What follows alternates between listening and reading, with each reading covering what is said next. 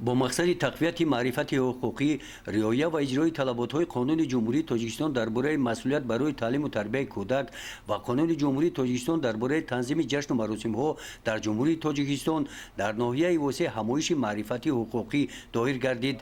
در این چهاربینی نزد معارفچیان، رهبران مؤسسه‌های تعلیمی ناحیه، متخصصان از دستگاه رئیس ناحیه، ماهیت و رفت اجرای طلبات‌های قانون‌های مذکور را شرح دادند. تاکید کرده شد که طبق قانون جمهوری تاجیکستان درباره تنظیم جشن و مراسم‌ها در جمهوری تاجیکستان وابسته به طلبات قانون در مؤسسه‌هایی که شماره کارمندانش از 30 نفر زیاد میباشند، کمیسیای جمعیتی باید رفت اجرای قانون مذکور را تامین نماید. تاکید کرده شد که ندانستن قانون شخص را از جوابگری آزاد نمی‌کند. در این همایش همچنین درباره رفت اجرای قانون جمهوری تاجیکستان درباره مسئولیت برای تعلیم و تربیت کودک، پیشگیری تعلیمات غیر رسمی دینی، معروضه‌ها شنیده شده، موقع آموزگاران در سمت تربیت و تندرستی نسل نورس قید گردید.